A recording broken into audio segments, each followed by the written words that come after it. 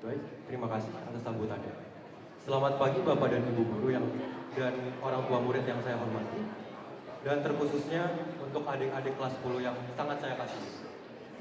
Biasanya presentasi itu dimulai dengan perkenalan, menggunakan pepatah tak kenal maka tak sayang.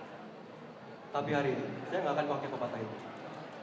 Karena menurut pengalaman pribadi saya, pepatah itu hanyalah sebuah omong kosong. Hanyalah sebuah kebohongan publik. Hanyalah sebuah mitos belaka. Karena berdasarkan pengalaman pribadi saya udah kenal sama dia sejak lama, tapi sampai sekarang belum sayang-sayangan.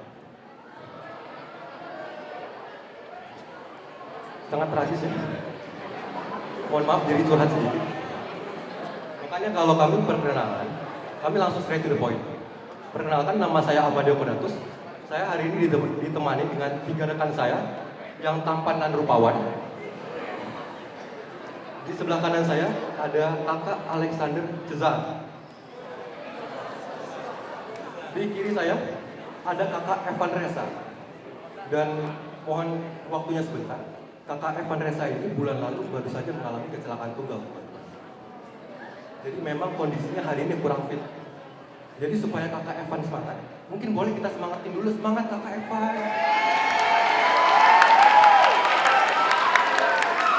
Terima kasih teman-teman. Langsung semangat ya, langsung sumringah.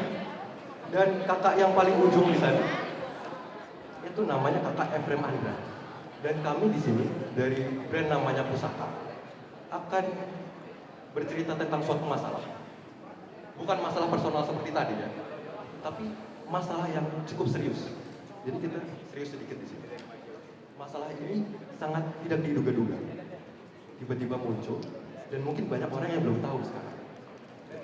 Dan masalah yang akan kami sampaikan di sini akan mengancam generasi kita dan generasi selanjutnya. Makanya kalau bisa tolong diperhatikan ya. Zaman sekarang kita sudah bilang teknologi semakin maju, era sudah semakin modern, hidup semakin serba mudah, ya kan? Kita mau nonton, mau belanja, mau bayar uang sekolah, bisa langsung lewat HP. Nggak perlu ke bank, nggak perlu ke mall lagi, ya kan? Tapi di sisi lain, kita menemukan sebuah fakta menarik. Ketika kita bilang teknologi semakin maju, tapi angka penyakit di Indonesia dan di seluruh dunia terus bertambah setiap tahun. Bisa di next slide-nya mungkin. Teman-teman, gambar yang kita lihat di sini adalah angka prevalensi diabetes di Indonesia pada tahun 2021. Dan prevalensinya ada di angka 4-6%. Kalau bagi kalian yang menurut kalian persentase 4% itu sedikit, tapi persentase itu hanyalah rasio, teman-teman. 4% dari penduduk Indonesia itu ada di angka 10,9 juta penduduk. Yang artinya 10,9 juta penduduk di Indonesia mengidap penyakit diabetes. Bisa di next. Dan ini adalah proyeksi pertumbuhan penyakit diabetes tipe 2 sampai tahun 2050. Bisa dilihat grafik garis yang warna biru itu terus bertumbuh setiap tahun sampai 2050 secara konsisten. Bisa di next. Bukan hanya diabetes, teman-teman, tapi juga penyakit kanker. Dari tahun 1990 sampai 2019, penyakit kanker mengalami pertumbuhan yang sangat konsisten. Pada awal 1990, angka penyakit kanker di Indonesia ada 4%. Dan di akhir 2019 ada di angka 5,2%. Dan yang mengalami pertumbuhan bukan hanya persentasenya, tetapi juga angka populasi penduduk Indonesia. Jadi populasinya menaik dan persentasenya juga menaik. Jadi bayangkan ada berapa penduduk Indonesia yang terkena penyakit kanker. Bisa di next. Dan tadi kita udah ngomongin tentang penyakit yang menyerang fisik. Bukan hanya penyakit yang menyerang fisik, teman-teman, tapi penyakit yang menyerang mental. Bisa dilihat angka depresi di Indonesia di tahun 2024. Tahun 2024 baru berjalan 3 bulan. Tapi sudah dilaporkan ada 3,7% penduduk Indonesia yang terkena depresi. Dan 3,7% itu artinya ada 9,1 juta penduduk di Indonesia yang punya masalah ini. Dan ini baru yang dilaporkan. Belum orang yang depresi ya, mengurung diri di kamar, nggak cerita sama siapa-siapa. Bisa di-next. Dan dengan angka 9,1 juta penduduk di Indonesia, itu menempatkan Indonesia di urutan kelima dengan negara pengidap depresi terbanyak di dunia. Jadi kalau masalah penyakit, Indonesia itu bisa dibilang top global. Bisa di-next. Fenomena unik ini, itulah yang kita sebut dengan paradox of progress. Fenomena di mana teknologi semakin maju, tetapi kualitas hidup manusianya menurun. Atau kalau bahasa Jawanya, orang Jawa itu ngomongnya endosor, menurun. Mengapa hal ini bisa terjadi? Setelah kami teliti selama kurang lebih 2 menit, karena dibantu oleh ChatGPT, kami menemukan suatu masalah yang orang itu nggak kira. Dan masalahnya apa? Ya, bisa dinaik. Nah, ini adalah salah satu contoh penyebab dari permasalahan yang telah disebutkan oleh Amadeo. Ini adalah paparan EDCs. Nah, EDC sendiri itu adalah endocrine disrupting system, atau bisa disebut sebagai bahan kimia yang mengganggu sistem endokrin. Nah, sistem endokrin sendiri adalah sistem endokrin sendiri adalah sistem yang mengatur hormon dalam tubuh. Ini bisa dilihat di belakang saya ada beberapa contoh sistem-sistem yang memproduksi hormon. Itu adalah kelenjar pankreas, lihat ada testis juga. Nah, di sebelah kiri dan kanan adalah contoh-contoh hormon yang diproduksi oleh kelenjar-kelenjar yang ada di tengah. Nah, itu sebelah kiri atas ada estrogen dan testosteron. Itu adalah hormon yang diproduksi oleh sistem reproduksi. Nah, coba kalian bayangin sistem reproduksi kalian terganggu oleh EDCs. Itu pasti kalian produksinya akan menurun ya. Lalu ada kortisol, itu adalah hormon yang mengatur tentang stres.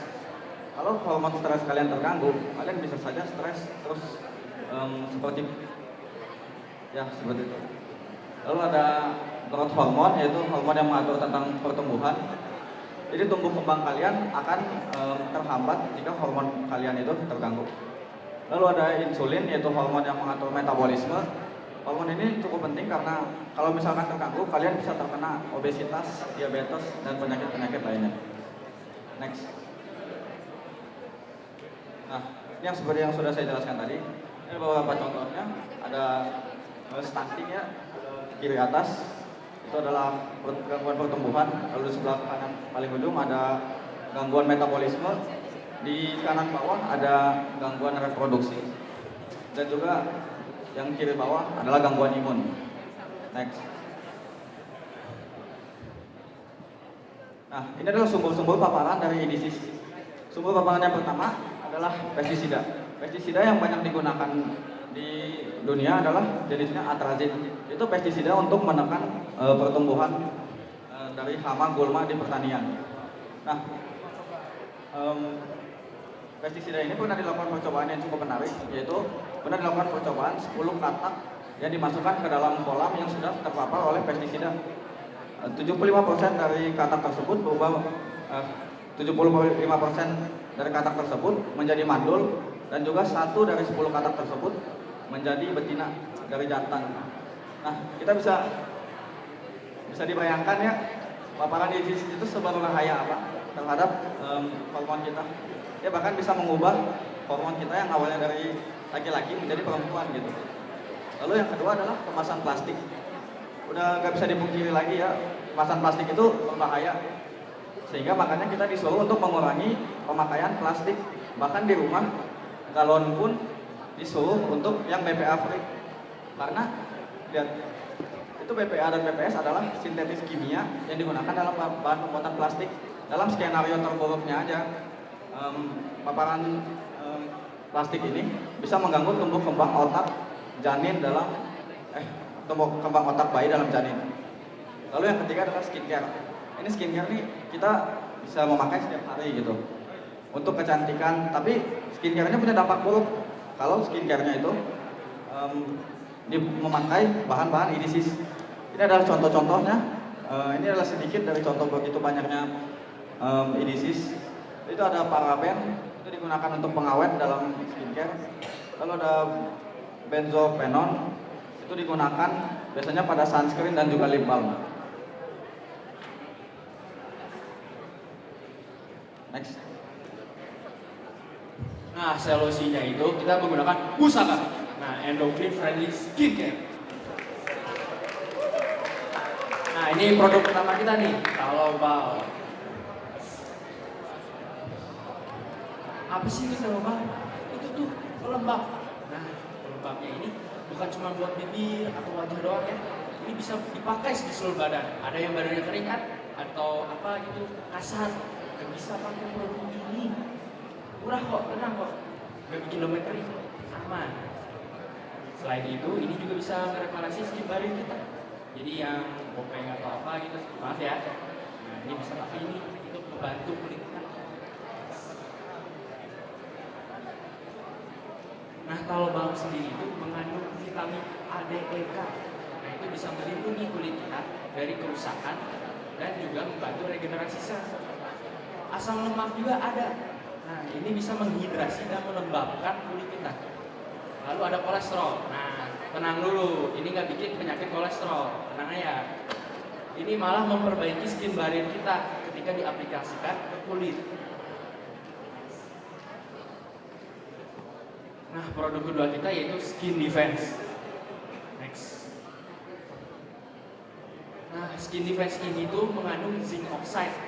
Nah, ini nggak langsung diserap, tapi akan menjadi pelindung bagi kulit kita, menjadi barrier. Nah, ini tuh bisa menjaga kelembapan kulit kita, mengurangi ruam, iritasi, ataupun kulit kemerahan. Ada yang kulitnya kemerahan, bisa pakai nih, lumayan ya. Nah, ini juga kalau yang suka pergi-pergi nih, atau keluar jalan-jalan, takut gosong kan, atau apa, nah bisa pakai ini, bisa melindungi kita dari radiasi sinar UV. Lumayan kan? Gak terlalu mahal kok, tenang aja. Berapa? Nah, kelebihannya ini bisa digunakan oleh segala usia. Mau yang tua, muda, remaja, bayi juga bisa lah. Tenang aja.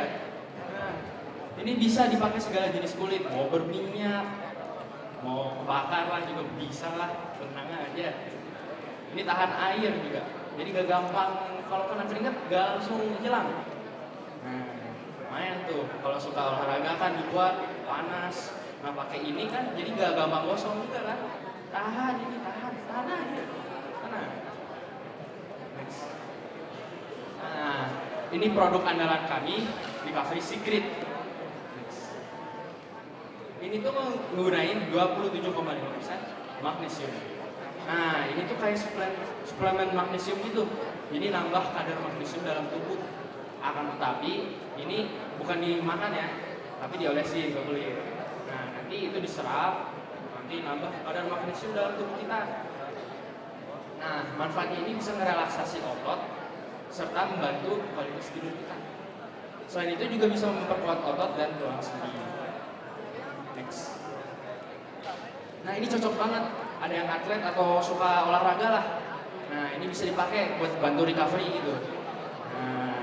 Ini juga cocok buat lansia yang pegel-pegel atau sakit pinggang gitu, bisa.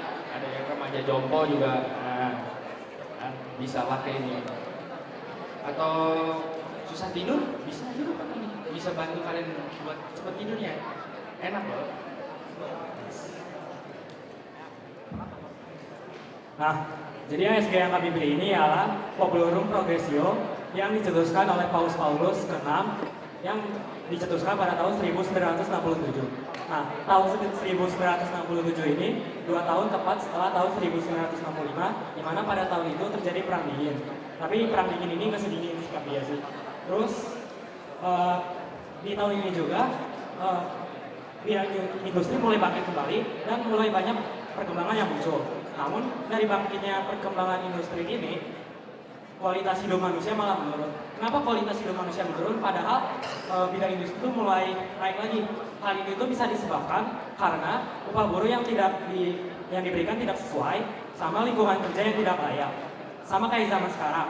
Zaman sekarang kan perkembangan digitalisasi itu sudah semakin pesat. Tapi terkadang ada efek negatif yang membuat kualitas hidup manusia di zaman ini itu nurun. Next. Nah, ayat kitab suci yang kami pilih ini dipilih dari Korintus 6 ayat 19 sampai 20. Jadi isinya, atau tidak tahukah kamu bahwa tubuhmu adalah Roh Kudus, bait Roh Kudus yang ada di dalam kamu. Roh Kudus yang kamu peroleh ialah dari Allah, dan bahwa kamu bukan milik kamu sendiri, sebab kamu telah dibeli dan harganya telah dilunaskan, dan harganya telah lunas dibayar. Karena itu muliakan Allah dengan tubuhmu. Jadi inti dari kitab suci ini itu sebenarnya tubuh kita ini tuh bukan milik kita, tapi sebenarnya punya Allah. Jadi Allah tuh nitipin tubuh ini ke kita buat untuk dijaga, dirawat. Nah, makanya kami bikin pusaka supaya pusaka ini dapat membantu memerawat tubuh kita. Nah, jadi nilai-nilai Setviam yang pertama ini ada totalitas, dapat dilihat dari gambar di belakang ini. Gambar di belakang ini kan gelap, ini tuh pas mati lampu. Jadi walaupun pas mati lampu juga, kita tetap melanjutin produksi buat produk-produk kita. Sama di gambar ini, kita tuh lagi yang namanya proses sanitasi, di mana kita ngolisin alkohol ke alat-alat yang mau kita pakai, supaya kehigienisan dari produk kita itu terjamin. Lalu nilai Setviam yang kedua ini ada semangat persatuan. Kelompok kami kan cuma berempat, apalagi produk yang kami buat ini jadi lumayan susah. Jadi kami tuh perlu kerjasama yang kompak supaya produk yang kami buat ini bisa tepat waktu selesai. Sekian presentasi dari kami dari Pusaka. Terima kasih. Baik, kita beri tepuk tangannya Maria untuk